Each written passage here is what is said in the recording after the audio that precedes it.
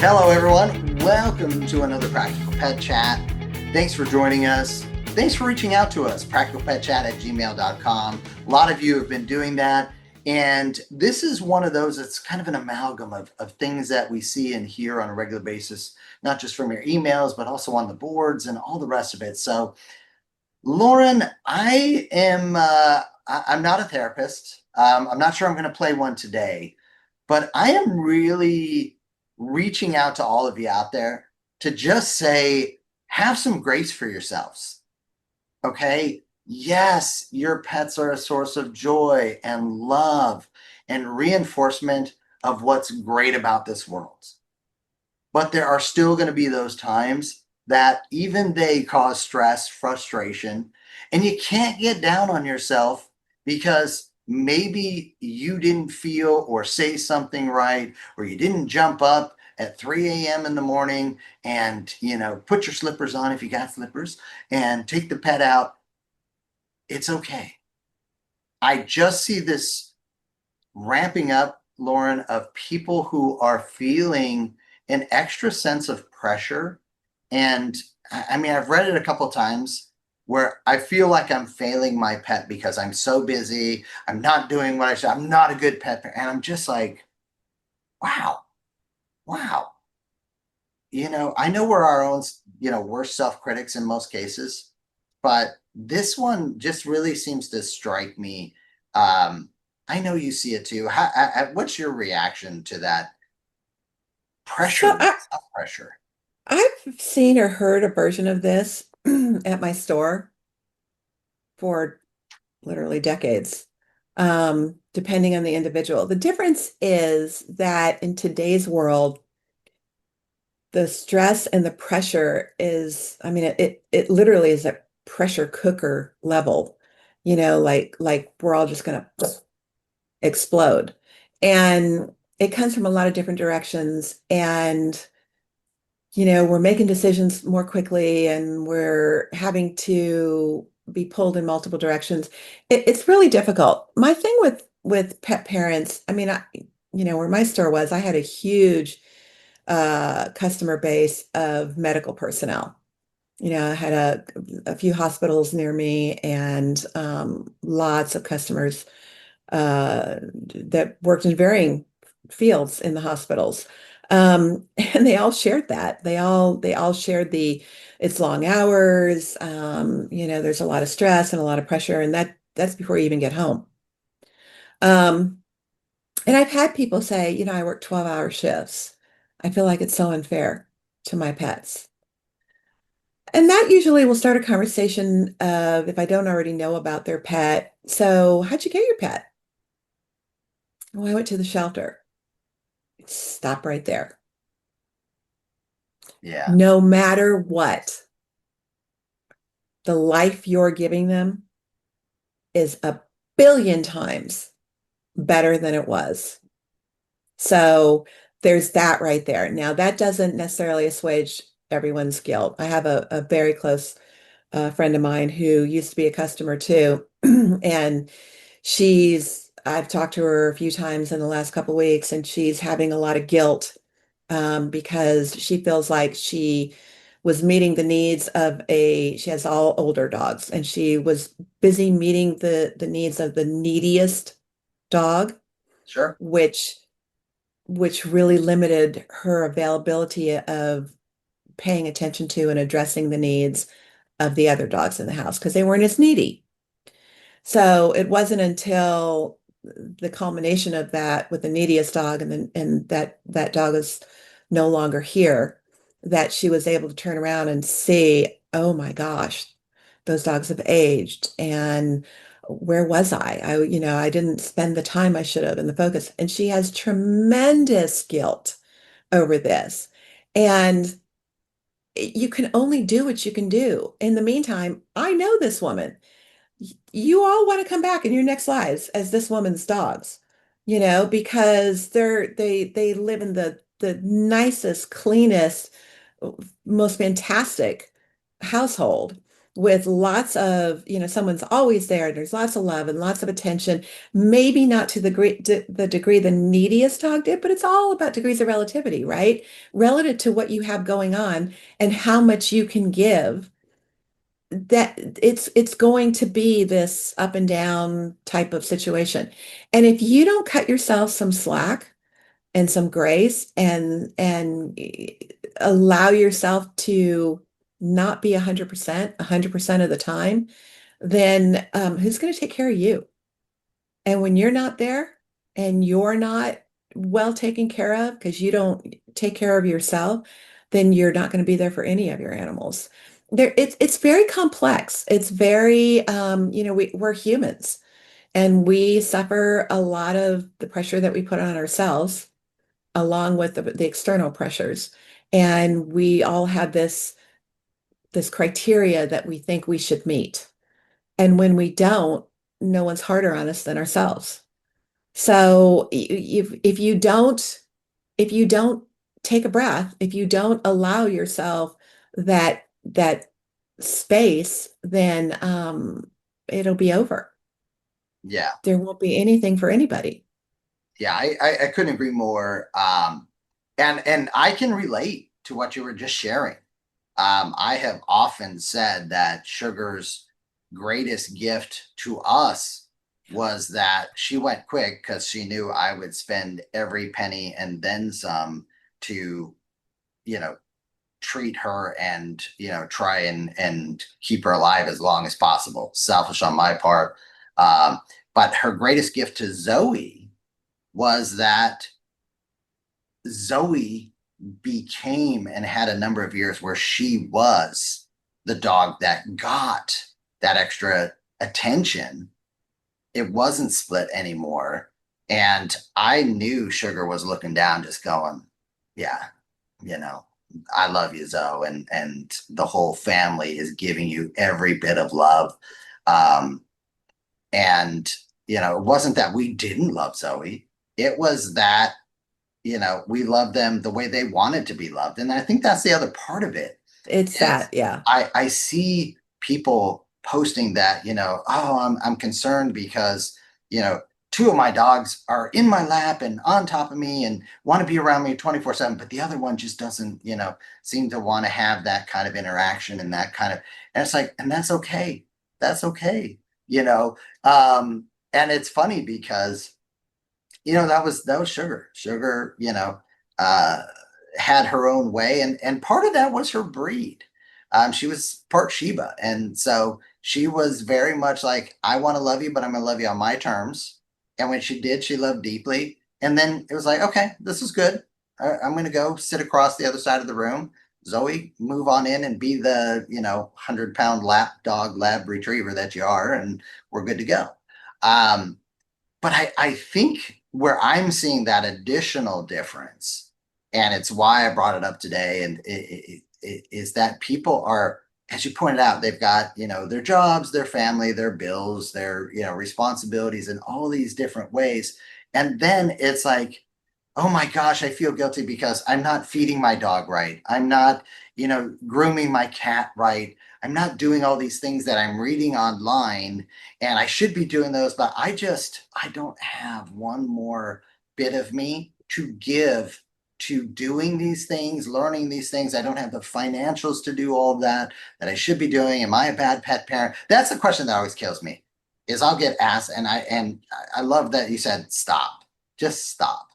If you're even thinking about that, it shows that you care, Mhm. which is all that any living being is asking. Just care enough to be there. And so let that go. Just let it go. You don't have a time machine, okay? If any of our listeners out there do have a time machine, please feel free to reach out to me because there's some things I'd love to change too. But since I don't think I'm going to get that email, practicalpetchat@gmail.com, I will say this: live in the present. That's all they're doing. That's all they're asking us to do. They're not sitting there with a scorecard going, oh, well, Fluffy or Fido down the street, they're getting this and they're getting that. They're just happy that you're home. They're happy to be with you. They don't have this keeping up with everybody else mentality that we as humans often unfortunately fall, in the trapping zone. And so for me, it's just trying to reach through today and just saying, do your best, whatever that best is, it's still exactly what your pet wants. Your pet is not sitting there going, well, sure, sometimes they want to go for the extra, few minutes of the walk, or they want to stop and sniff every single spot. And yeah, maybe you don't have the time for that. Maybe you do. Okay, but they're not mad that they got to go out on a walk. They're not mad that you were holding the little, cat toy up and they were playing with it for, a half hour and they wanted it for 45 minutes. They were happy to get the half hour. So it's just this. I think it's also a symptom, honestly, Lauren, of just where we are. I love you started off with the chaos and where we are overall. The way we have discussions, the way we go to such extremes of the only way to feed your pet, or the only way to care for this, or the only way to do that. There are many pathways to getting to the destinations that you want to be with your pets. Pick one and be okay with it. Have grace for yourself. Your pet certainly does. If you walk out the door and scream at the moon, your pet would stand right beside you, screaming at the moon with you. And you'd walk back in and they'd be like, great, what's next? They're not like, whoa, that person's losing it. So that's the part that guts me, is like, we're judging ourselves. It's not our pets. Our pets, they're not judging us. Well, whatever scorecard you're keeping that you're trying to keep up with, it's yours. It's not your pet's, to your point. Yeah. And the what you said earlier about I'm not feeding my dog right. I'm not doing this right. I'm not doing that right. What's right? I mean, first of all, everybody's got an opinion, and as long as you are doing the best that you can, and giving as much of yourself as you can, I mean, your animals just want to, the best way I could put it is if you stayed home 24/7 with your animals, that would be ideal for them in their minds. None of us are ever going to do that. So, at what point in your own head do you think this much of me not being there is okay, but not this much? Because they're not doing that. They want every minute they can get, they want whatever it is. They don't care. You want to Netflix and chill, then they're gonna be sitting next to you chilling, watching Netflix. Would they rather be doing something with you? Yes, but they're next to you. They're happy, and they're not, like you said, holding a grudge. They're not keeping a little notebook. Well, so I'm really ticked off at mom. So I'm going to be sure, I know some of you will think that this actually happens. I'm going to be sure that when she's not looking, I steal her shoe Yes. and chew it up. That isn't the case, and that's not why dogs chew up things anyway. Um, so it's a self-imposed thing. Um, it's worrisome because I think if we put too much pressure on ourselves, then what's the alternative to that? We don't have an animal. I Yeah. can't think of anything worse for you and the animals. That means somebody dies in a shelter. That Yeah. means somebody doesn't have a home. That means somebody lives on the street. And I mean, there's your perfect example of not having any expectations. Look at the homeless people who have dogs and how Yeah. much their dogs love them, and they have nothing. So it's your own self-imposed um, torture. And we all do it. I had 12 dogs at one time. And I look back on that and I think, oh gosh, what was I thinking? And I handled it the best that we could. Everybody in the house handled it the best that we could. And we did great. The unfortunate part is they get older. And when you have that many dogs, they all seem to get older right around the same time. So it does become a who has the most needs that need to be addressed first. Conversely, I had of that little 12 dog pack that also had a cat. I had Dogs who are like, don't talk to me, don't pay attention to me. I don't want to stick out in the group. Don't do that. So their time would have to be one-on-one. To your point of love them the way that they want to be loved. That's the great thing about animals. They'll tell you how they want to be loved. Yeah. They'll set the criteria. They don't want to be smooched on. They don't want to be hugged. They don't want to be held. That there's nothing wrong with that. They're 3 seats down enjoying you Yeah. and they're very happy. So you don't have to force yourself on them. I would like to see people just take a breath, stop, stop with measuring yourself up to all the perfect people out there who do everything right. I'm not sure who those people are, but they must be out there because too many people are comparing themselves to them and worrying about what your bowl of food looks like or what outfits I don't know. I don't know what your Yeah. measurements are individually, but stop it. The only person that you have to please is lives in your house. Those are the people who live in your house. That's it. Yeah, and I love that. That's such a great example, by the way, of the folks that are living on the street that have pets. That love that is it. That's legit. And I've worked with a couple charities who have done things with that, and they'll talk about the importance of that. So when you get to the heart of it, that's what they have is just those two beings. And that is, the beauty of the purity of the relationship. It's not about anything else other than I care for you, you care for me. And at the end, it's just that simple. It really is that simple.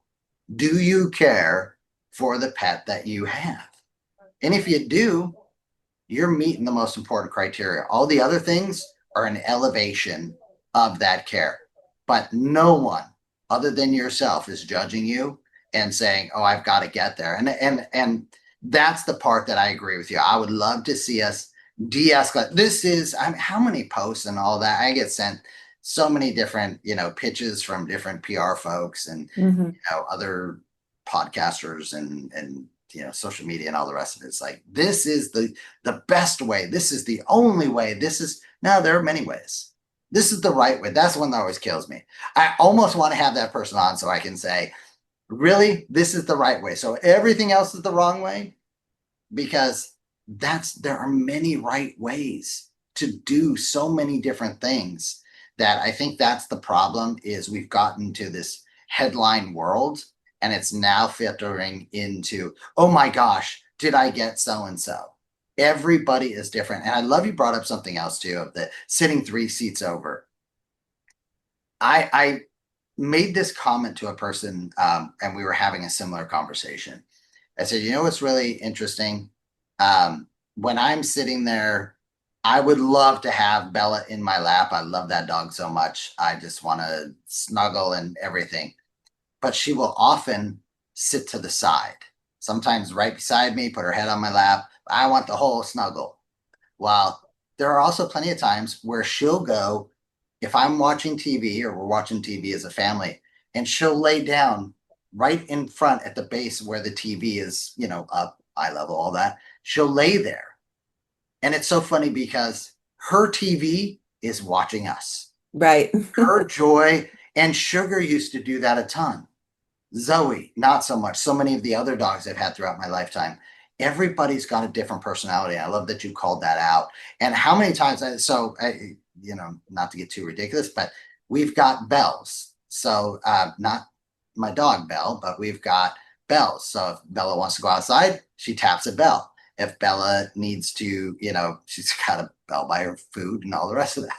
So she'll communicate with us quite well. And she does this downward dog stretch when to tell me, yes, that's what I want. So I can talk to her. Um, there are plenty of times where she wants to go outside. I know a specific pattern. If I'm watching the Bears, she's like, I love you, Dad, but watching the Bears game with you, not as much fun these days. So she'll hit the door and she's outside for the Bears game. If they're having a good game, which is very rare, she might come in and sit down on the couch and high five me. And we used to do those things. She doesn't want to do that anymore. Things change over time as well Right. with our pets. As they get older, there are certain things. Sometimes they just want to go out and enjoy the sun. and there are certain things we can't do with them. I'm not going to go and chew on the grass outside. That's just not me. I love you, Belle. Have at it. So there are so many things that our pets do need from us. There are those basics. If you're doing the basics, and the most basic is caring, the most basic is making sure they have something to eat. Hopefully, it's as healthy as it can be, but do your best. That's it. And then water. And then everything else, again, is an elevation, you know? So but it is that I think it's just another permeation of what's going on in the world where I'm just seeing people are being harder on themselves than they have been. And there's no reason for that. There's just no reason. Your pet is I love that you said I'm gonna take the shoe. That's not happening because you did something. So Right. and if it is, it's because you've trained them that's a fun way to play and get your attention. Um, there are certain things that I will see Bella and Sugar and Zoe and all the rest they've done throughout time to just get my attention. But most of the time, I think if you look at your pets, you're gonna see that's the cue. They're looking. When are you ready to engage Right. and connect with them? Um, and I mean, all I do, it's so funny as we're having this conversation, I'm just thinking of the smiles throughout the years that I've gotten from each different pet. And I just knew those smiles just told me, I love you. And that's amazing, and that we have that same effect when we're looking at them the way that they remember us. So don't lose that. Don't lose that. There are Yeah, so and take a breath. Take a many. breath, people. It really, there's no perfection out there.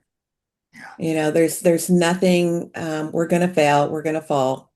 And, you get back up and do what you can.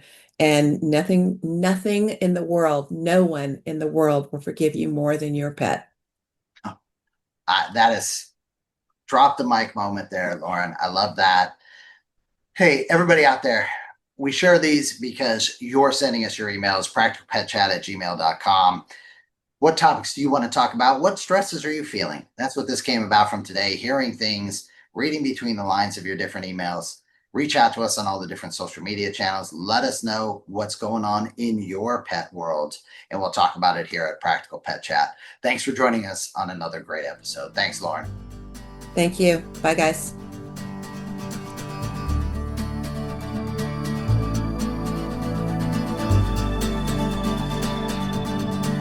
The content of this podcast is for informational purposes only. It is not intended as, nor should it be construed as, professional medical advice, diagnosis, or treatment for your pets. Always seek the advice of a qualified veterinarian with any questions you may have regarding your pet's health or medical condition. Never disregard professional veterinary advice or delay in seeking it because of something you have heard on this podcast. The hosts and the guests of this podcast are not liable for any actions taken based on the information shared during these episodes. Any reliance on the information provided is solely at your own risk. Copyright 2025 Practical Pet Chat, all rights reserved. Unauthorized duplication, distribution, or reproduction of any content from this podcast, including but not limited to audio, scripts, and show notes, is prohibited without prior written consent. The opinions and views expressed by the host and guests are their own and do not necessarily reflect the views of Practical Pet Chat.